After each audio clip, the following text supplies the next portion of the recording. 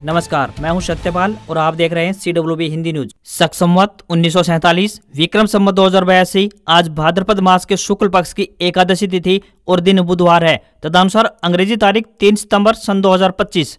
सबसे पहले आज की सुर्खियां। पंजाब के 12 जिलों में बाढ़, 29 लोगों की हुई अब तक मौत। उत्तराखंड में स्कूल बंद, दिल्ली में यमुना का जलस्तर बढ़ा, कई कॉलोनियां खाली कराई गई। सीएम नायब सिंह सैनी से मिले मनीषा के परिजन, मुख्यमंत्री बोले मामले की चल रही है जांच। केंद्रीय कर्मचारियों के लिए अहम खबर, 8वें वेतन आयोग को लेकर आई गुड न्यूज। हरियाणा के 6 जिलों को हेल्थ डिपार्टमेंट का नोटिस, एमटीपी किट बिक्री रोक पर नाकाम रहे, गर्भवती मौत केस में आशा वर्कर को भी हटाया। हिसार के बाल संबंध में किसानों की फसलें हुई बर्बाद, पोर्टल वे बंद, तहसील का घेराव करने की चेतावनी जारी, ग्रामीणों की मुआवजा की मांग। हरियाणा सीईटी नॉर्मलाइजेशन के खिलाफ याचिका खारिज, हाईकोर्ट का पहली ही डेट में फैसला। हरियाणा में अनुसूचित जाति वर्ग के लिए खुशखबरी, अब लैप्स नहीं होगा, योजनाओं के लिए जारी पैसा। सरकारी नौकरी अपडेट, सुप्रीम कोर्ट में कोर्ट मास्टर की निकली भर्ती, एज लिमिट 45 साल, सैलरी 67,000 रुपये से अधिक। दक्षिण हरियाणा के महेंद्रगढ़ जिले के नारौन में बारिश से फसलों को नुकसान पहुंचा, बाजरा सबसे अधिक प्रभावित। सांसद ने सीएम को लिखा पत्र, मुआवजे की रखी मांग। जल्द यूपीआई और एटीएम से निकाल सकेंगे पीएफ का पैसा, सरकार की तैयारी हुई पूरी, इससे जरूरत के समय तुरंत पैसा निकल सकेगा। हरियाणा ओपन स्कूल 10वीं व 12वीं की परीक्षा आवेदन 4 से 3 अक्टूबर तक 1250 से 1300 रुपये फीस लगेगी। इसके बाद 1000 रुपये तक जुर्माना। नूंह के एमएलए ने जल भराव प्रभावित गांव का किया दौरा, आफ्ताब बोले पोर्टल की बजाय विशेष गिरदावरी कराएं। पूर्व अमेरिकी एनएसए बोले ट्रंप अपना फायदा देख रहे, पाकिस्तान पर मेहरबानी की वजह फैमिली बिजनेस, इसलिए भारत से रिश्ते बिगाड़े। अफगानिस्तान में एक बार फिर आया भूकंप, अब तक 1400 लोगों की मौत। तालिबान ने दुनिया से मदद मांगी, भारत ने 15 टन फूड आइटम और 1000 टेंट भेजे। और एप्पल की आईफोन 17 सीरीज 9 सितंबर को होने जा रही है लॉन्च, नई डिजाइन के साथ 120 हर्ट्ज रिफ्रेश रेट वाला डिस्प्ले, साथ ही एडवांस एआई फीचर्स भी मिलेंगे। जानिए पूरी अपडेट और अब खबरें विस्तार से।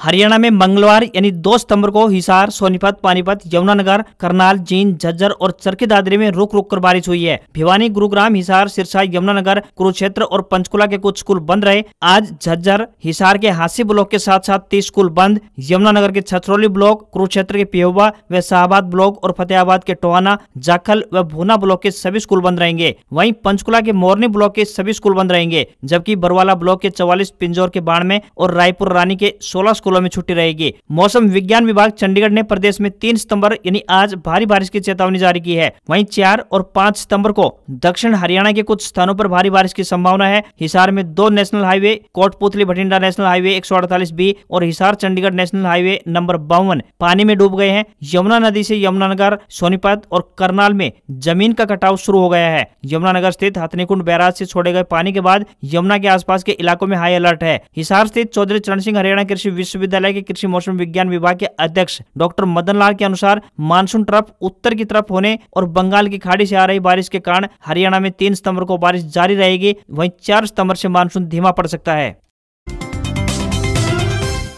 3 सितंबर यानी आज यमुनानगर और अंबाला जिलों के लिए येलो अलर्ट मौसम विभाग द्वारा जारी किया गया है। यहाँ गरज चमक के साथ तेज बारिश की संभावना जताई गई है। इसके अलावा पंचकुला, सोनीपत, रोहतक, भिवानी, झज्जर, चरखी दादरी, महेंद्रगढ़, रेवाड़ी, मेवात, पलवल, गुरुग्राम, फरीदाबाद में अधिकतर एरिया में बारिश की संभावना बनी रहेगी। वहीं कुरुक्षेत्र, कैथल, करनाल, जींद, पानीपत और हिसार में कहीं कहीं बारिश के आसार बने रहेंगे। सिरसा और फतेहाबाद में कुछ हिस्से में हल्की बारिश की संभावना जताई गई है। तो वहीं कल यानी 4 सितंबर को पंचकुला, अंबाला, यमुनानगर, कैथल, कुरुक्षेत्र, करनाल, पानीपत, सोनीपत, जींद, फतेहाबाद, हिसार, भिवानी, चरखी दादरी और झज्जर जिले में कहीं कहीं मध्यम बारिश की संभावना मौसम विभाग ने व्यक्त की है। मेवात, पलवल, गुरुग्राम, फरीदाबाद, महेंद्रगढ़, रेवाड़ी जिले में अधिकतर जगह बारिश की संभावना बनी रहेगी। सिरसा जिले में बारिश के आसार नहीं है। वहीं 5 सितंबर की बात करें तो 5 सितंबर से मौसम में परिवर्तन के साथ ही बारिश से राहत मिलने के आसार मौसम विभाग ने व्यक्त किए हैं।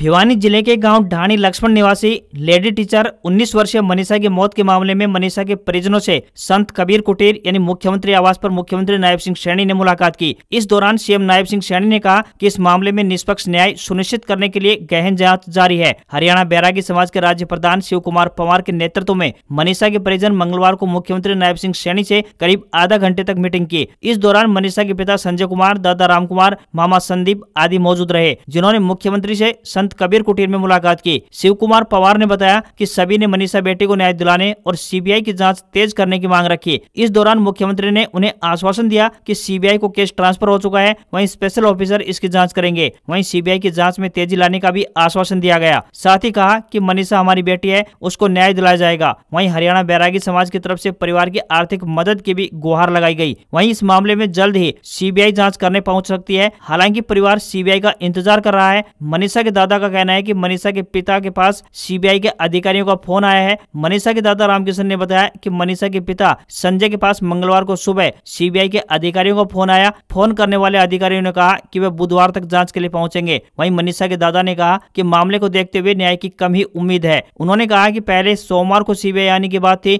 लेकिन अब सोमवार को नहीं आई। सिंघानी गांव के खेतों में जहां 13 अगस्त को मनीषा का शव मिला था, उस स्पॉट पर बरसात का पानी भर चुका है। स्थानीय पुलिस ने यहां रिफ्लेक्टिंग पट्टी लगाकर घेरा बनाया था ताकि सीबीआई मौका देख सके। पिछले 19 दिनों में कई बार बरसात हो चुकी है। कुछ दिन पहले यहां पर पानी जमा हो गया था। ऐसे में स्पॉट पर कोई सुराग मिलेगा, यह कहना अभी मुश्किल होता दिखाई दे रहा है।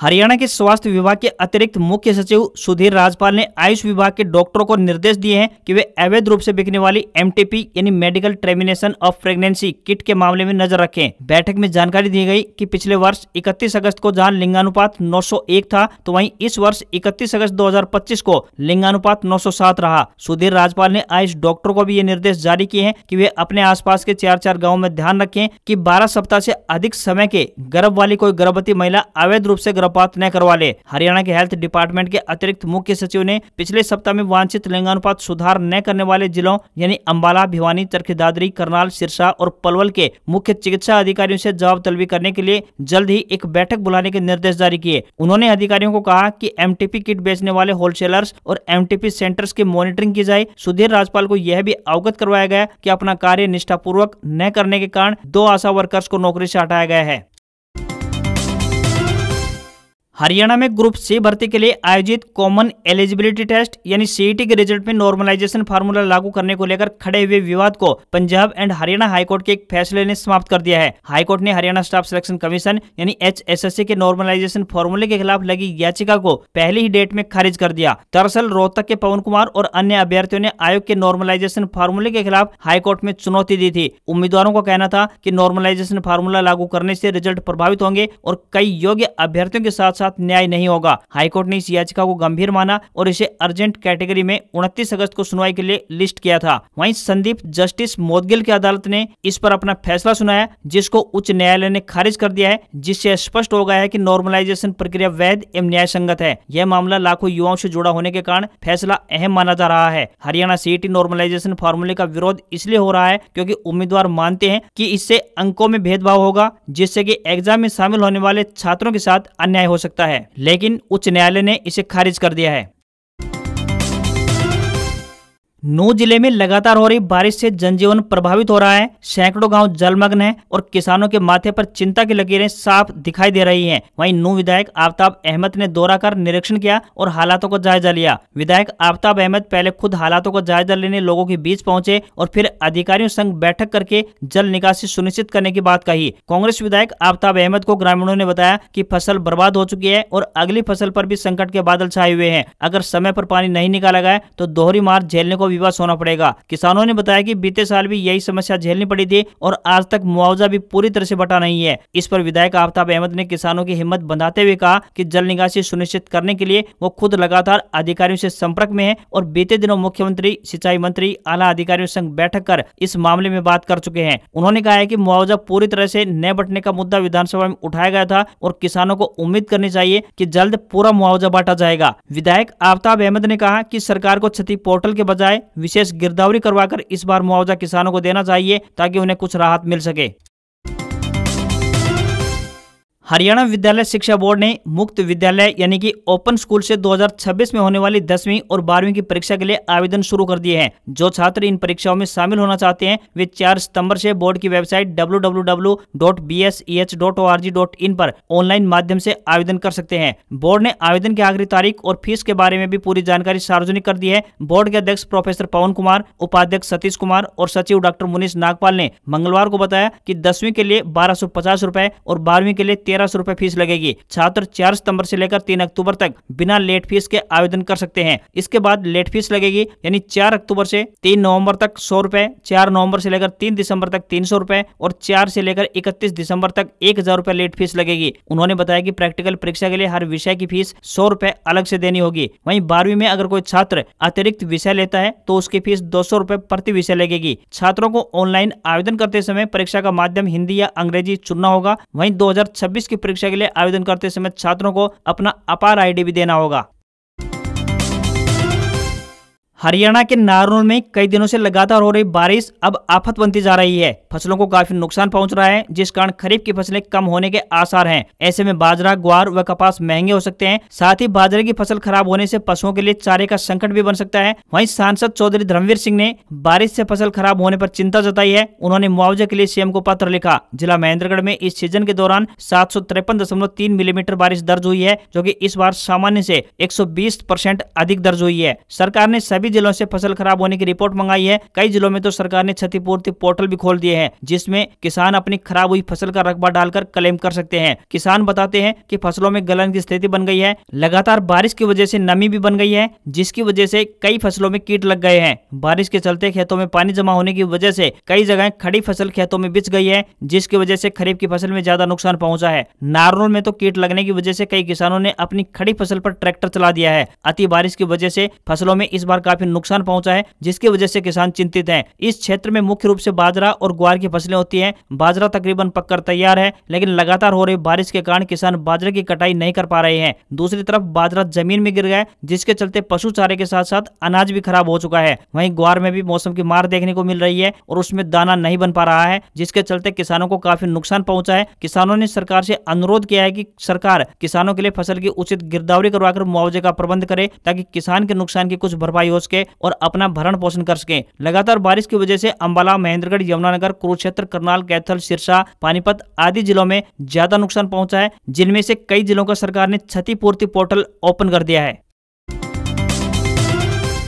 पंजाब, हिमाचल प्रदेश, उत्तराखंड, जम्मू कश्मीर, हरियाणा, दिल्ली समेत उत्तर भारत में बारिश जारी है। पंजाब के पठानकोट, फिरोजपुर समेत 12 जिले एक हफ्ते से बाढ़ की चपेट में हैं। राज्य में 1312 गांवों के 2,56,000 से अधिक लोग बाढ़ से प्रभावित हैं। अब तक कुल मिलाकर 29 लोगों की मौत की खबर सामने आ रही है। वहीं भिवानी, हिसार, सिरसा, यमुनानगर, कुरुक्षेत्र और पंचकुला में आज कुछ स्कूलों में छुट्टी कर दी गई है, तो गुरुग्राम के दफ्तरों में कर्मचारियों को वर्क फ्रॉम होम के आदेश जारी किए गए हैं। उधर दिल्ली में यमुना नदी के खतरे के निशान को पार करने के बाद ट्रांस यमुना क्षेत्र की कई कॉलोनियों में पानी घुस गया। यमुना बाजार, मयूर विहार और आसपास के इलाकों की कॉलोनियों में रहने वाले लोगों को अपना जरूरी सामान लेकर राहत शिविरों में जाने की अपील की गई है। वहीं उत्तराखंड के सभी 13 जिलों में स्कूल कॉलेज बंद हैं। हिमाचल प्रदेश में इस साल अगस्त की बारिश ने 76 साल का रिकॉर्ड तोड़ा है। यह 1949 के बाद से सबसे अधिक है। पंजाब के रूपनगर जिले में भाखड़ा नहर 12 जगहों से टूट गई। तेज धार में नहर का पानी सड़क के आर पार बह रहा है। पंजाब में 12 जिले अमृतसर, गुरदासपुर, मोगा, पठानकोट, तरनतारन, फिरोजपुर, होशियारपुर, पटियाला, मोहाली, कपूरथला,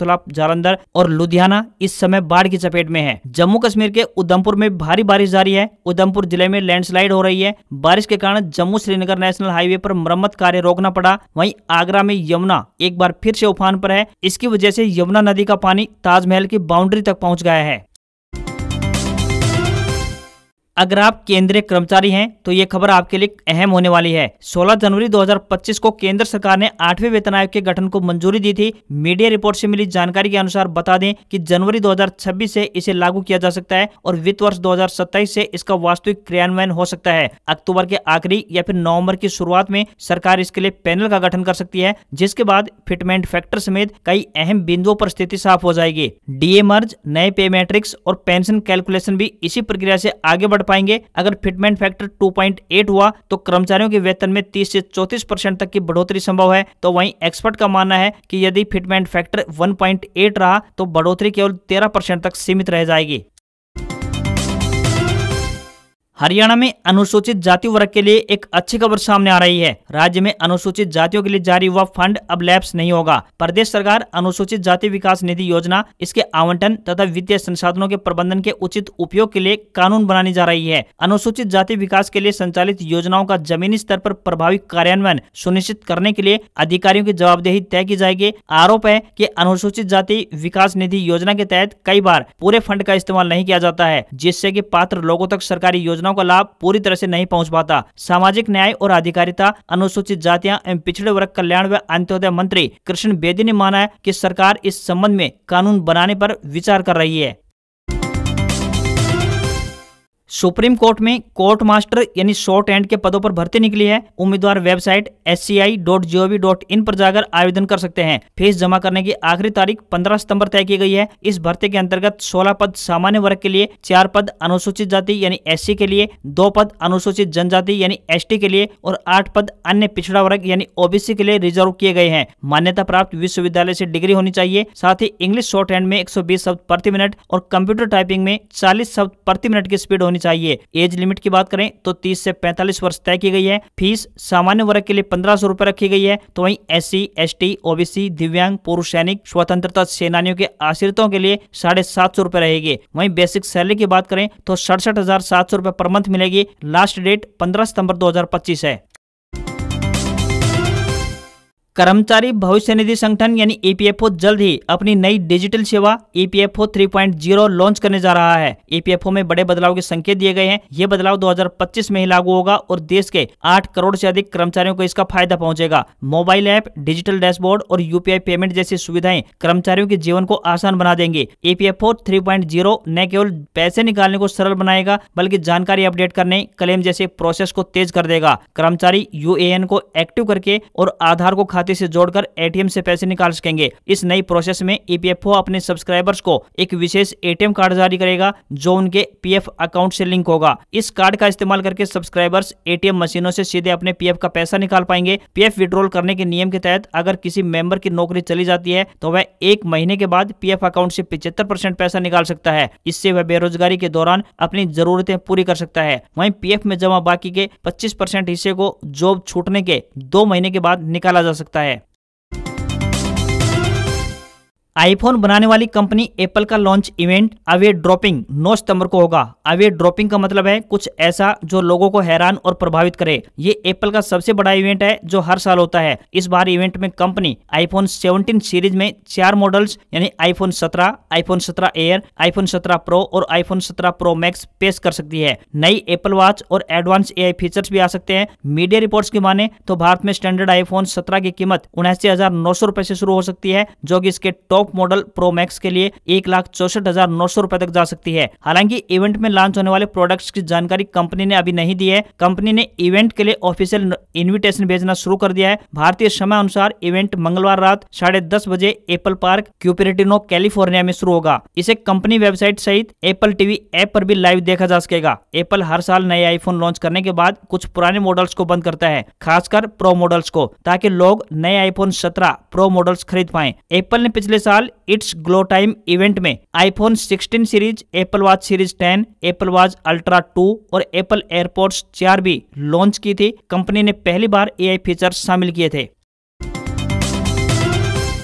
हफ्ते के दूसरे कारोबारी दिन भारतीय शेयर बाजार में सेंसेक्स 206 अंक गिरकर 80,157 के स्तर पर बंद हुआ। निफ्टी में भी 45 अंकों की गिरावट देखने को मिली और ये 24,579 के स्तर पर बंद हुआ। सेंसेक्स के 30 में से 15 में गिरावट और 15 में तेजी रही। वहीं IT, बैंकिंग और ऑटो शेयर्स में अधिक गिरावट देखने को मिली। वहीं एनर्जी और FMCG शेयर्स में बढ़त रही। वहीं सोना 69 रुपए गिरकर 1,04,424 रुपए प्रति 10 ग्राम के स्तर पर पहुंच गया है। तो वहीं चांदी की बात करें तो इसमें मामूली बढ़त देखने को मिली और ये 33 रुपए बढ़कर 1,22,833 रुपए प्रति किलो पहुंच गई है। दिल्ली में 24 कैरेट सोने की कीमत 1,06,240 रुपए और 22 कैरेट सोने की कीमत 97,400 रुपए प्रति 10 ग्राम के स्तर पर पहुंच गई है। आज खबरों बस इतना ही। देखते रहिए आपका अपना हरियाणा का सबसे बेहतरीन news channel CWB Hindi news. नमस्कार। इसी आशा के साथ आपका दिन शुभ रहे। हरियाणा की ताजा तरीन सबसे पहले खबरें देखने के लिए चैनल को सब्सक्राइब और बेल नोटिफिकेशन को ऑन करना ना भूले। नमस्कार।